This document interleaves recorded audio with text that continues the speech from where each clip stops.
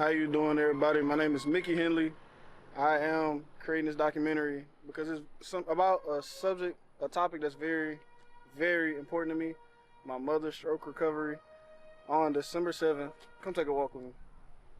On December 7th, 2023, my mother, Sharita Brown, suffered from multiple strokes.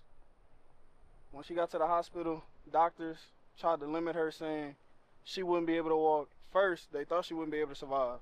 They thought she wouldn't be able to walk. They thought she wouldn't be able to talk. They thought she wouldn't be able to function. They told her she couldn't drive. Every time she started advancing and making progress, they tried to limit her and tell her, oh, you might not be able to do this. You might not be able to do that. Growing up, I always knew my mom was a fighter. And it proves something that I always knew and something that everybody, including myself, truly believe that she'll always be my superwoman. But in that moment, I needed help. And so my thing is, and I think it was a conflict because I don't ask for help. Yeah, And when I do ask for help, the people around me, I expected y'all to know, like, if I ask for something, that means I need it because I'll go out my way to not ask for help. Even though you've known me to be independent and go get them, there's sometimes I need help. And it's not going to just be because I'm in the hospital, but I had to stay off from work for a year. And communication. And that's why when I went through what I went through, I shouldn't have had to be on this side of the stroke. I should have never suffered 5 strokes had they just listened to me and took my complaint serious. The first day I got the call about my mom, I was in bed. It was the end of the season. It was December, so it was the end of the fall of 2023. And it was finals. So I had to get up for like 11. And grandfather's wife called me. And I just immediately knew like something's going on because she don't ever just call me, especially not in the morning. Like if they call me, they might be just checking up on me in the afternoon after classes. But her calling in the morning was a little bit striking because it was unfamiliar. It was something I wasn't used to. So I immediately knew. Like when I get a call like that, it's one of them calls like, man, I hope something bad didn't happen. And when she called me, she was a little frantic. She was like, Mikey. My family called me Mikey. She was like, Mikey, I'm calling you to let you know your mom is in the hospital. And my family got me to the hospital. Yeah. And so at this point, the next day, I was discharged December 11th after 11 a.m. By December 12th, 12 p.m., I had already called my doctors, my primary care, my gynecologist in Houston. I was trying to call anybody that would listen, but my gynecologist was like, get to the hospital. It could be something that needs further evaluation. My family came and got me, brought me to Methodist in downtown Houston, and it was determined that I had not only suffered 1 stroke, but I had suffered 5 strokes. 5 strokes. 5 strokes. And my brain, I had brain swelling. So the first stroke that I was actually complaining about was left cerebellar stroke in the back of the neck, back of the head. And so by the time I got to Houston, the doctor was like, my brain has swollen from 3 to 5 days, which I was past the critical days of it hitting my brainstem. So by this time, it should have hit my brainstem and killed me. But because I was so weak, I didn't understand the magnitude of his words at the time. It's just like, oh, I had a stroke. And at this point, I'm thinking it's a minor stroke, but it's actually a major stroke. That should have taken me out of here. So do you think you not knowing the severity of the situation helped you in the long run? Like you wasn't as worried? Well, I was Like your nerves worried wasn't as because bad? something was wrong and I was so weak and I couldn't even stand up. Even when they put me in the shower on the last day, I could not sit up. I could not stand up. I could not take care of myself. But I'm not going to say it helped. What I'm going to say is by the time I got to Houston and they told me what was going on, I was more relieved to find out that they had a word for what was going on. So immediately, my mom was messed up. I was put in a place of I was scared. I was worried, and that was the only thing I could think about. Okay. Yeah. And I was praying the whole time. I didn't, and if you know me, I didn't play on my phone. I I knew something was wrong because I was too weak to do anything.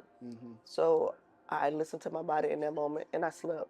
And I think sleep is what actually helped me versus getting up trying to move around and trying to do anything. So yeah. All right, so I'm gonna go back. Uh, my experience was that the morning of uh, me getting that call, it was me and my ex at the time, uh, well, my girlfriend at the time. We was in my apartments. We was asleep, and I remember Sister Jackson calling me. This is just my stepmom. My Hmm. stepmom called. Okay, yeah. Yeah, her stepmom. Sister Jackson called me, and she just told me what happened. I just remember her saying, "Mikey, your mom was in the hospital," and like I was like half asleep. It was 9 o'clock because I had a Yeah. test that day. I had a finals. I didn't go. I was like, man, it just shifted my whole day because like I'm thinking, okay, I got to get ready for this quiz. It's like at 11, and I just remember like her telling me that, and it woke me up, and I just remember my heart just beating. I'm like, whoa, because every time somebody called me out of the blue, it's like I always prepare for the worst because it's like, why are you calling me? Like you don't routinely call me at this time, so I just immediately prepare for the worst. And when she said you was in the hospital, But somebody, I got the word that somebody told you that I passed. Or you uh, misunderstood what they said? I think Sister Jackson might have like the way she called me and how frantic it was. It kind of gave like you was like under intense care. I was. But Like, at the time they didn't. Yeah. but nobody told me you passed. Okay. It was more of like I was just like super worried, like what's going on. Like I'm not in Beaumont. I'm in Houston. I'm at school. I know that it was towards the end of the year. Literally, it was finals week, so everything band related. I ain't have nothing to do band related, but concert band. And I just remember Prophet Redden being like, at the time he was like, he was. I think he was the only director that knew, and I think he still is the only director that know about what happened. I just remember he was like, "Hey, if you need to go to Beaumont, go ahead. Like, I know we got this practice for this recording, but go handle business." Like he always put family first, Yeah. and I just remember that evening. I was like, "I'm gonna go home and go check on her," cause I was like, Yeah. And also on the other side of that, as a caregiver to my mom, I understood the impact it would have on you. So I didn't want you to leave from taking your test or mm, whatever you had to do to come because my thing was I was in the hospital and I was going to get the care that I needed, mm, not knowing that mm, I wouldn't. yeah, that But sucks. yeah, I remember I didn't go to none of my finals that year. I was just like, I was toe up because I was like, I was just thinking all the scenarios of what could happen. Like I was thinking, man, like if this is it, like how am I gonna move forward? How am I gonna keep going? and that was something that got with me because as a mom and as a Air Force vet, I felt like I was like I set you up to have everything you needed, Hmm. so you didn't have to worry about working, so you didn't have to worry about taking care of this or that, so you could enjoy your college years. Hmm. And once I came through on the other side, I realized how I had enabled you, and I felt like, oh, what if I had passed away, or what if Hmm. something detrimental happened? Would you have been prepared for the world? Hmm. And in that moment, I felt like I let you down because I wanted to help you so much that I think I hurt you. It's kind of like the story in the Bible with Mephibosheth, Jonathan's son, the king Jonathan. He Hmm. was friends with David. He and David were both friends, and they were Saul's Mephibosheth was Saul's grandson. Hmm. And when Saul's kingdom had been taken over, the enemy camp was coming in looking for anybody that was related to David. I mean, related to Saul, and Hmm. said that they wanted him killed. And Yeah. Mephibosheth's nurse picked him up and started running with him. Hmm. And as she ran, he fell and he became crippled.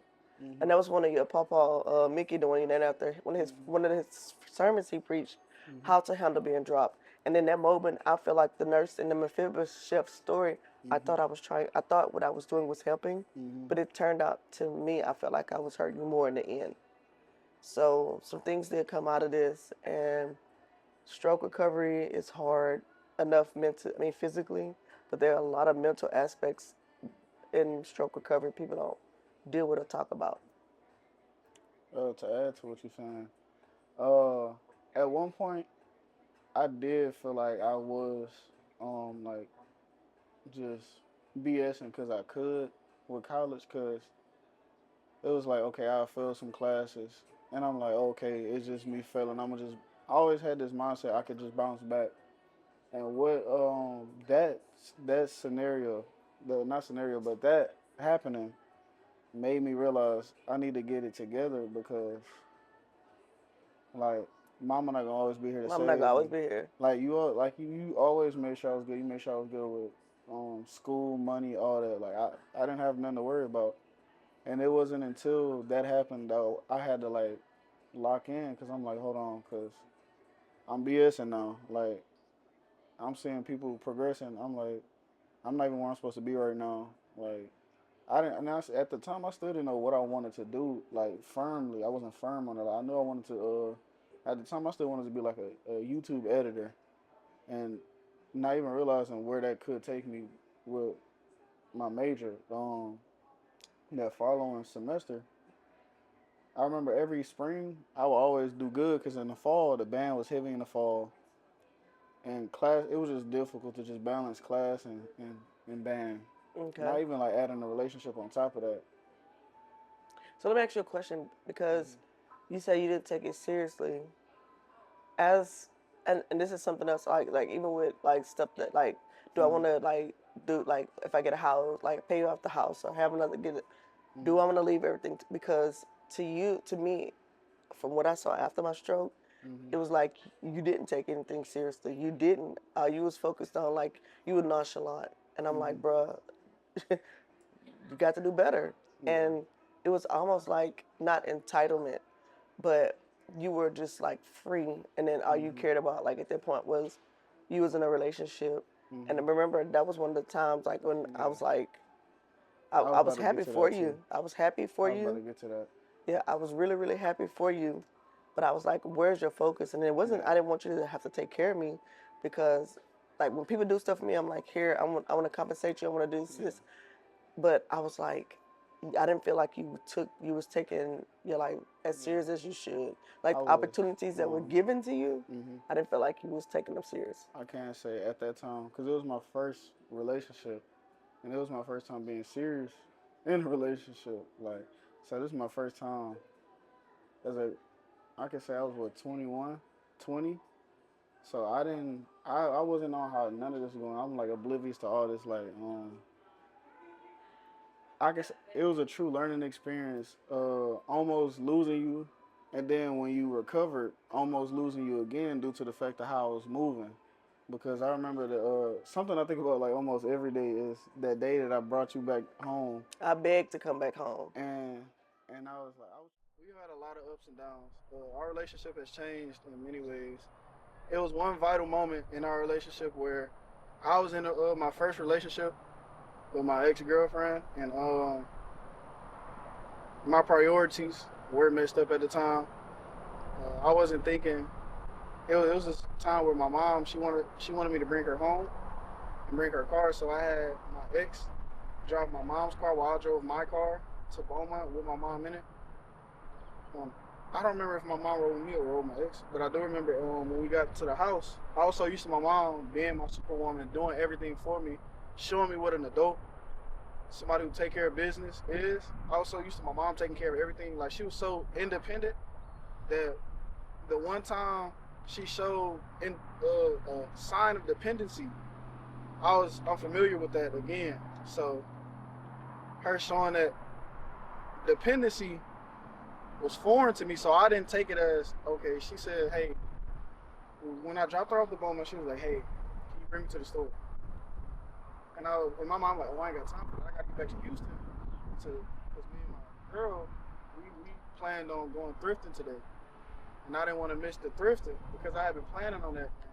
My season had been hectic at the moment because band, and that was the one time I had a chance to just chill. So in my mind, I'm thinking, oh, she could drive to the store. And I'm thinking, bro, your mom's had a whole stroke, and you had to drop her off at home. She ain't supposed to be driving or by herself right now. But my mom is so used to being by herself, being independent, that now she's back home. She's like, hey, can you just bring me to the store? And I caught it once I said, I was like, how am I supposed to go thrifting? She was like, you know what, never mind. And right then and there, I'm like, oh, snap. I just messed up. So from that point, that was a vital point in us growing. Because now I'm nowhere like that individual that I was. I'll, I'll do anything for my mama. I'll drop everything right now and go see And my I was mama. like, I was trying to find a time to bring you because that spring was the first spring I was a section leader, so it was a lot of responsibility as far as band. And then I think that chapter of my life, that spring 24, was just teaching me, okay, this is responsibility. Balance. How are you gonna balance academics, a relationship, school, but not even that? How are you gonna respond as a man? Because now you're 21. You about to be 22. How are you gonna respond? Because now you starting to get up there in age. Now you supposed to be the one graduating. How are you gonna handle your like account? How are you gonna take accountability and how are you gonna be responsible, man? That semester, band was starting to get on me because now I got 30 people I got to worry about as far as music and all this. Because that semester I was prepared. To, okay, I'm gonna bounce back from the fall. At the time, Emmett was my section leader. I was like, okay, he gonna handle the spring, and that's gonna be a smooth transition into being the section leader, and I can worry about you and my relationship instead of having to worry about band academics and the relationship. And what I had to learn was like I can't keep doing what I'm doing. I had to change, and it wasn't until I remember being on the phone with you in the parking lot of my apartments, and that's when we had made the plan to when I was remember we would either do the rent or the car note. And you was like, look, bro, you gotta fend for yourself now. Like, I can't keep doing this. Like, you a grown man. I see how you moving now, so I'm gonna respect you as such. And that's when I was like, That was, and then to be honest with you, that was anger because the day when you brought me, I had been begging to come, somebody to bring me back home from Houston because I wanted to be in my house. And I needed to go to the store and get food because my best friend had came and cleaned out my refrigerator. She had came cleaned up for me. So when I come home, I have anything to do. And I was like, I need food. So if my blood sugar drop, I'll have yeah. something in the house. And see, me, I'm not thinking that. And I'm glad you brought this up because I talked about this to my professor. I told her like, I'm disappointed in how I acted because I was so worried about, I had plans, man. F them plans. Like, if it's me now, I learned from that, and um, I've really matured since being in a relationship. Like, and I learned that I don't think I want to be in a relationship no time soon. It's not even about being in a relationship. And that's one thing I try to make sure you understood. I never wanted you to have to choose your relationship over me because as a man, you're going to want to have a relationship. You're going to want to get married. You're going to want to have a family. And I don't want you to ever think that I want you to choose your family over me. But in that moment, I needed help. And so my thing is, and I think it was a conflict because I don't ask for help. And Yeah, when and I do that's ask for help, the people around me, I expected y'all to know, like, if I ask for something, that means I need it yeah, because I'll go out my way to not ask for help. yeah.